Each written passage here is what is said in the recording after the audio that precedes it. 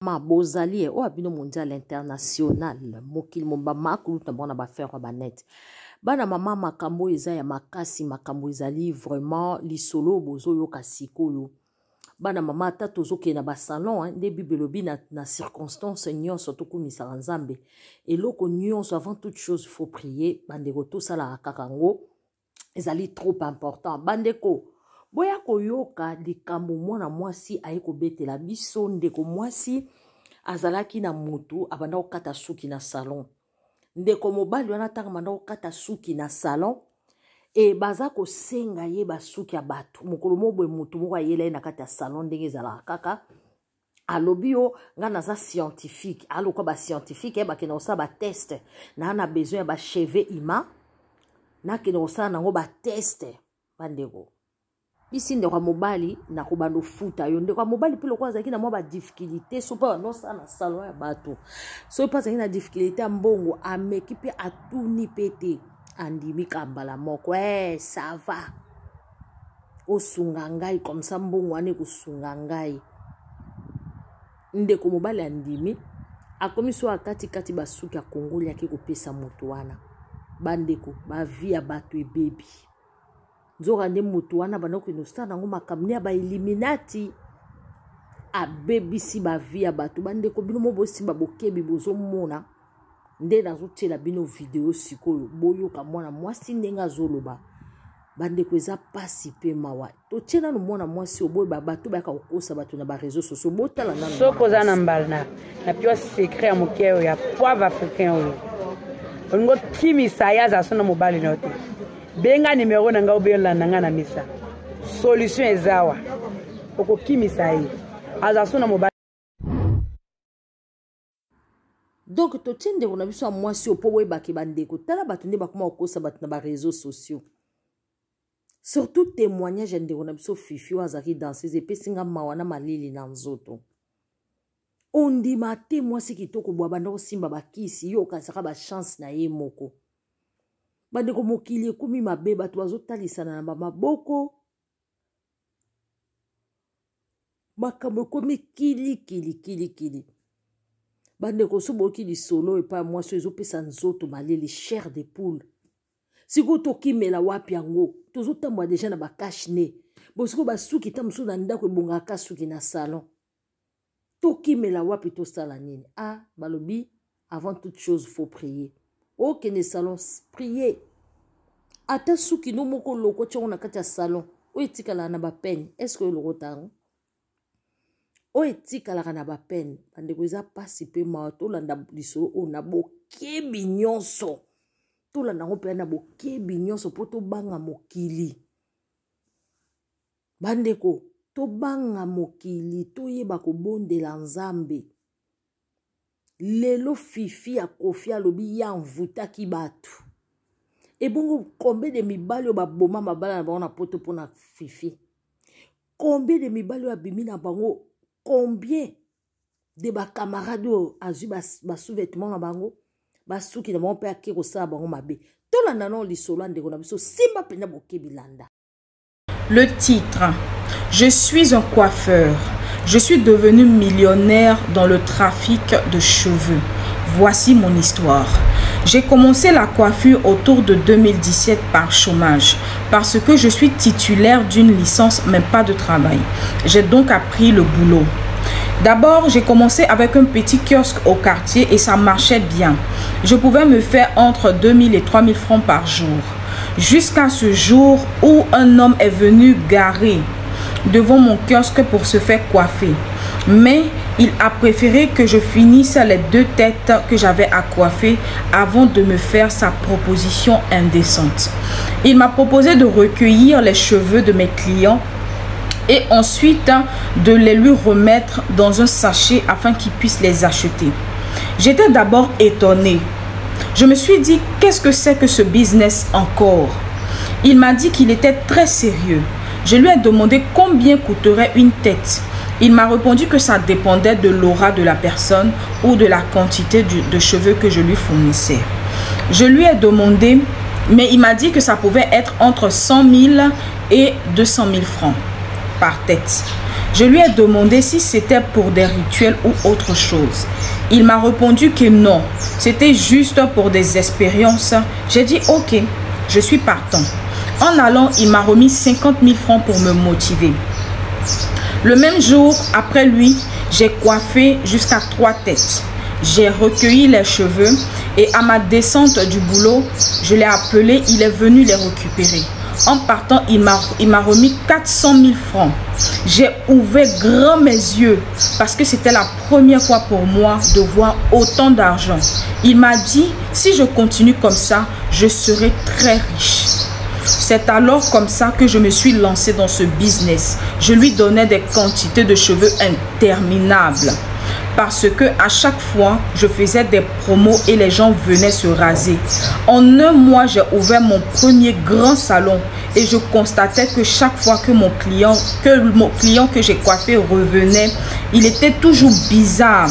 C'est alors que j'ai décidé de demander à mon boss à quoi servaient réellement ces cheveux que je lui vends. Sinon, je ne lui fournirai plus. Il m'a répondu que rien de mal. Juste que les cheveux constituent l'aura et l'énergie de quelqu'un. Et quand on fait des rituels avec, les propriétaires de ces cheveux perdent toute leur chance. Ils deviennent poisseux. Plus rien ne marche pour eux. Parce qu'on utilise leurs cheveux pour des rites qui sont en... Bande kweza pasi pe mawa bomengo mususu batu bazwa bakosa bango. Batu musu bakota na magie po bakosa bango ya tala ikambongo. Atala ki ba inconvénient te.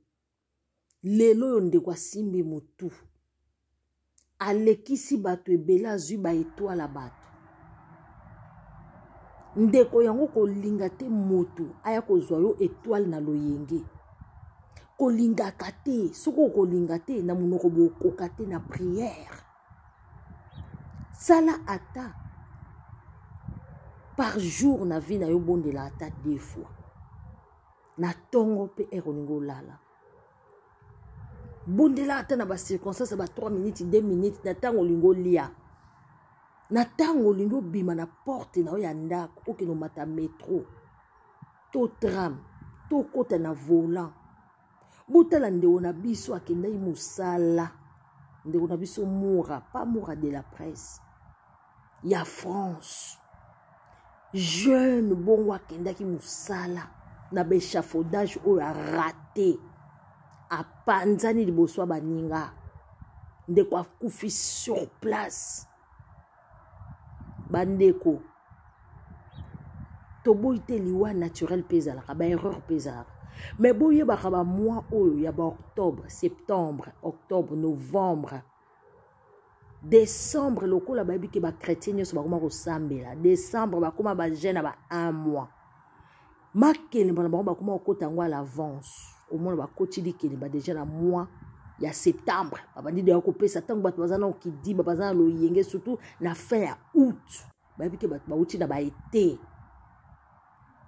Baromo do da moko ba misusu so ba koki ko boma na septembre te ba ke ba koma ko zelango na mois de février bolie déjà bonne année yo kanisi o koti bonne année janvier ba tikeli o to février ba komi o boma po ba pesa ba makele mbala bango ndeko zala prudente na bi ke lobby makambo ko panza na réseaux sociaux makambo garçon o bato ebele bakotia yango bakolobela yango eza pasi pema mutu akoboma ota musu azaka pembeni na to nazo il faut nanga pe nasala analyse ya mwasi oyo babi ya pasteur so mobali ya bomi.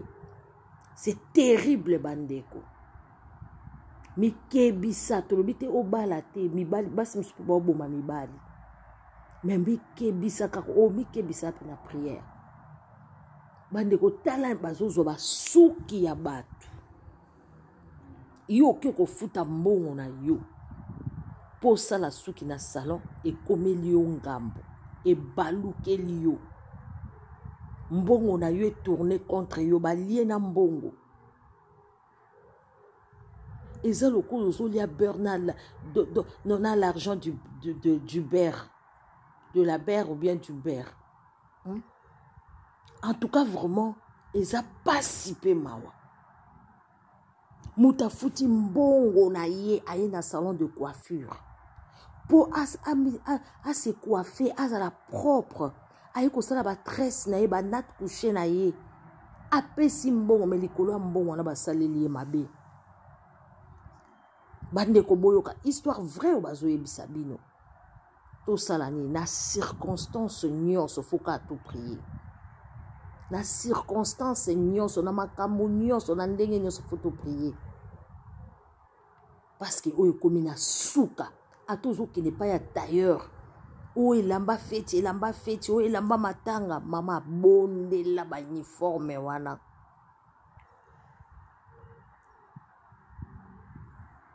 To bonde la mingi.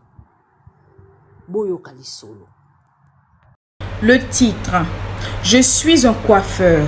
Je suis devenu millionnaire dans le trafic de cheveux. Voici mon histoire. J'ai commencé la coiffure autour de 2017 par chômage parce que je suis titulaire d'une licence mais pas de travail. J'ai donc appris le boulot. D'abord, j'ai commencé avec un petit kiosque au quartier et ça marchait bien. Je pouvais me faire entre 2000 et 3000 francs par jour. Jusqu'à ce jour où un homme est venu garer devant mon kiosque pour se faire coiffer. Mais il a préféré que je finisse les 2 têtes que j'avais à coiffer avant de me faire sa proposition indécente. Il m'a proposé de recueillir les cheveux de mes clients et ensuite de les lui remettre dans un sachet afin qu'ils puissent les acheter. J'étais d'abord étonnée. Je me suis dit, qu'est-ce que c'est que ce business encore? Il m'a dit qu'il était très sérieux. Je lui ai demandé combien coûterait une tête. Il m'a répondu que ça dépendait de l'aura de la personne ou de la quantité de cheveux que je lui fournissais. Je lui ai demandé, mais il m'a dit que ça pouvait être entre 100 000 et 200 000 francs par tête. Je lui ai demandé si c'était pour des rituels ou autre chose. Il m'a répondu que non, c'était juste pour des expériences. J'ai dit ok, je suis partant. En allant, il m'a remis 50 000 francs pour me motiver. Le même jour, après lui, j'ai coiffé jusqu'à 3 têtes. J'ai recueilli les cheveux et à ma descente du boulot, je l'ai appelé, il est venu les récupérer. En partant, il m'a remis 400 000 francs. J'ai ouvert grand mes yeux parce que c'était la première fois pour moi de voir autant d'argent.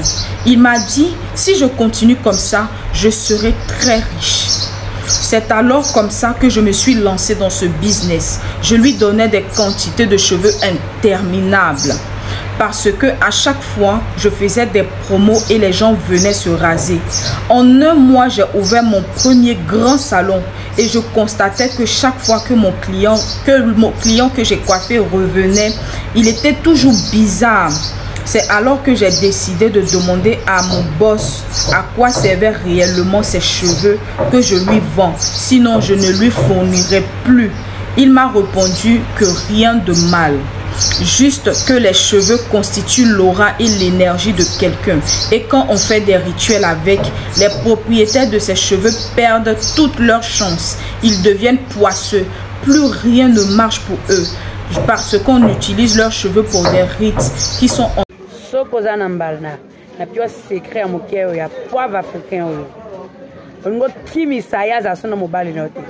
Benga numéro nanga obela nanga na misa. Solution ezawa. Oko kimisa yi. Azasuna mobali. Batu nyonso ko ba mama mususu.